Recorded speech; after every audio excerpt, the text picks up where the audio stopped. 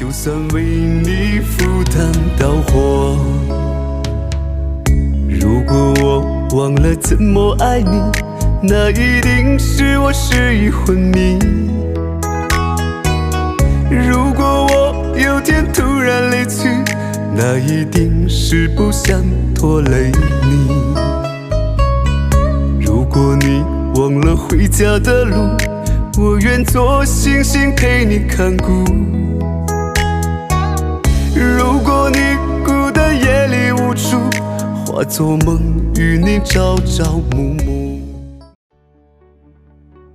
Aduh, dagangan keripikku udah sebulan ini kok sepi banget ya. Gimana ini? Mana Shopee Payletterku belum lunas? Aku telepon temanku dulu deh, minta solusi. Halo Rif, daganganku sepi banget nih pembelinya. Kamu ada solusi nggak biar cepat laku gitu? Oh, kamu kurang tahu strateginya sih. Sebenarnya kamu tuh bisa melakukan konsinyasi. Hah? Konsinyasi? Apa itu Rif? Menurut KBBI, konsinyasi adalah penitipan barang dagangan kepada agen atau orang untuk dijualkan dengan pembayaran kemudian atau jual titip. Jadi, konsinyasi itu adalah suatu sistem praktik jual beli yang dilakukan pedagang utama atau konsinyor dengan menitipkan barang dagangannya ke pemilik tempat penjualan atau konsinyi seperti toko atau warung. Oh, kayak reseller gitu bukan? Beda dong, kalau reseller itu agen yang mencari produsen, sedangkan konsinyasi sebaliknya. Nah, untuk bisa membedakannya, konsinyasi itu punya beberapa karakteristik, yaitu yang pertama, barang konsinyasi masih merupakan milik konsinyor, sehingga konsinyi tidak boleh memasukkannya dalam persediaan tokonya. Yang kedua, konsinyor bertanggung jawab atas semua biaya terkait barang konsinyasi. Yang ketiga, pengiriman barang konsinyasi tidak menimbulkan pendapatan. Pendapatan hanya akan diakui jika barang sudah terjual pada pihak ketiga. Dan yang keempat, konsinyi memiliki kewajiban dalam menjaga keamanan dan keselamatan barang konsinyasi yang diterimanya. Oh, ternyata beda ya dengan reseller. Tapi emang apa ya untungnya melakukan konsinyasi itu? Untukmu sebagai konsinyor, keuntungannya yaitu yang pertama, memperluas pasar tanpa harus membuka toko baru. Yang kedua, memperkuat branding perusahaan sehingga lebih dikenal oleh masyarakat. Yang ketiga, keahlian menjual yang mungkin dimiliki oleh konsinyi. Dan yang terakhir, harga jual eceran tetap dikendalikan oleh konsinyor.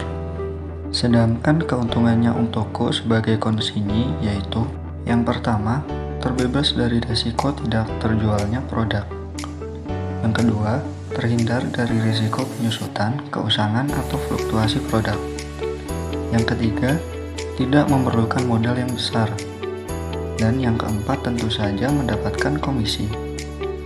Oh, jadi gitu. Wah, kalau gitu banyak juga ya keuntungan dari konsinyasi ini. Aku jadi tertarik deh menitipkan dagangan keripikku denganmu. Kalau kamu tertarik, mari kita tanyakan ke temanku mengenai perlakuan akuntansinya. Halo Fajar, aku mau berkonsinyasi nih, tapi aku bingung bagaimana pencatatannya. Boleh tolong jelasin nggak? Oh, konsinyasi. Gampang tuh pencatatannya, nggak usah soal pencatatan konsinyasi. Jadi gini, akuntansi konsinyasi itu ada dua metode. Yang pertama, konsinyasi yang dicatat terpisah, dan yang kedua, konsinyasi yang tercatat tidak terpisah. Oke, aku jelasin untuk konsinyasi yang dicatat terpisah dulu ya. Secara umum, antara konsinyor dan konsinyi, itu dua-duanya melaporkan pendapatan yang diperoleh dari konsinyasi. Nah, konsinyor ini itu melaporkan pendapatan konsinyasi, sedangkan konsinyi melaporkan pendapatan komisi. Nah, konsinyor dalam melaporkan pendapatannya, itu nilai bersih dari penjualan konsinyasi. Sedangkan untuk konsinyi melaporkan komisi yang dia dapetin sesuai dengan kesepakatan perjanjian yang mereka buat sebelumnya. Nah, pada saat transaksi jual beli konsinyasi, konsinyor nggak mencatat tuh expense maupun JOGS buat penjualan barang konsinyasi. Dia itu juga tidak mencatat sales, soalnya yang menjual itu kan konsinyi. Jadi dia hanya mendebit akun consignment out. Beda dengan konsinyur, konsinyur menggunakan akun consignment in untuk mendebit semua pengeluaran yang diperlukan. Konsinyur juga tidak mencatat expense terkait penjualan barang konsinyasi. Konsinyur melaporkan kas kepada konsinyur sebesar selisih dari saldo consignment in yang ada, dan itu pun juga sudah dikurangi dengan komisi yang didapatkan konsinyur. Nah, ada kalanya itu barang yang dikonsinyasi itu nggak terjual, mungkin karena rusak, kadaluarsa, atau mungkin nggak layak dijual lah. Nah, saat dikembalikan, konsinyur akan mencatat barang yang dikembalikan tersebut ke persediaan yang siap dijual secara reguler, jadi dia akan jadi inventory biasa di akun consignment out, dan beban yang pernah dikeluarkan akan diakui sebagai expense biar nggak nyampur sama pendapatan consignment. Nah, di sisi lain, jika konsinyur mengembalikan barang, dia akan mencatat semua pengeluaran ke consignment in.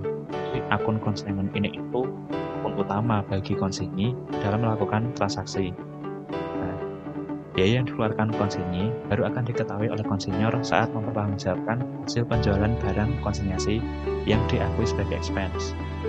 Biaya ini juga termasuk dengan biaya yang disebut dikeluarkan oleh konsinyur. Jadi mudah banget kan untuk konsinyasi yang tercatat terpisah. Aduh, maaf Rif, aku sambungin ke temanku dulu gimana, ke Melvina. Aku ada panggilan alam nih, maaf ya. Halo Rif, kamu temannya Fajar ya? Katanya kamu lagi bingung mengenai pencatatan akuntansi konsinyasi ini ya? Nah, aku bantu lanjutin jelasin ya. Jadi, metode kedua adalah metode laba tidak terpisah. Nah, jika dicatat secara tidak terpisah atau digabung, maka baik konsinyur maupun konsinyii akan mencatat penjualan secara konsinyasi seperti penjualan reguler. Jadi, penjualan akan tetap dicatat sebagai sales oleh keduanya. Nah, dalam laporan keuangan, sales, COGS, dan gross profit yang muncul merupakan gabungan seluruh penjualan baik secara reguler maupun lewat konsinyasi. Pendapatan dari penjualan konsinyasi secara implisit terdapat dalam gross profit tadi, dan expense yang terjadi terkait konsinyasi pun juga dicatat sebagai expense dan digabung dengan expense untuk penjualan reguler. Nah, untuk konsinyii, karena dia mencatat penjualan konsinyasi seperti penjualan reguler, maka barang-barang konsinyasi yang diperoleh dari konsinyur seakan-akan dibeli terlebih dahulu. Selisih antara nilai penjualan dengan nilai pembelian harus sama dengan nilai komisi yang diterima. Oleh karena itu, pembelian akan dijurnal sebesar nilai penjualan dikurangi dengan komisi. Untuk mengetahui berapa kas yang harus disetorkan ke konsinyur pada saat pelaporan, maka konsinyii menggunakan akun konsinyur. Akun ini seperti akun consignment in yang didebit untuk semua hal yang dapat dipotong dari hasil penjualan dan dikredit sebesar hasil penjualan. Hanya bedanya pada akun konsinyur ini akan dikredit sebesar hasil penjualan yang langsung dikurangi dengan komisi untuk menyesuaikan dengan nilai pencatatan purchase. Saldo akun konsinyur sebelum pelaporan akan menunjukkan nilai cash yang harus disetorkan konsinyii kepada konsinyur. Nah, setelah pelaporan, saldonya akan menjadi 0. Jadi begitu, Rif. Oh begitu, ternyata mudah ya akuntansi konsinyasi ini. Bagaimana Aida? Mau berkonsinyasi denganku? Aku sebagai konsinyii dan kamu sebagai konsinyurnya. Wah, boleh Rif. Aku akan menitipkan dagangan keripikku ke tokomu dan ke toko-toko yang lainnya juga, biar keripikku cepat habis terjualnya. Terima kasih telah menonton video kami. Jangan lupa klik like, komen, dan subscribe untuk terus mensupport channel ini. Sampai jumpa di lain waktu. Bye. Akuntansi itu mudah dan menyenangkan, bukan? Bukan.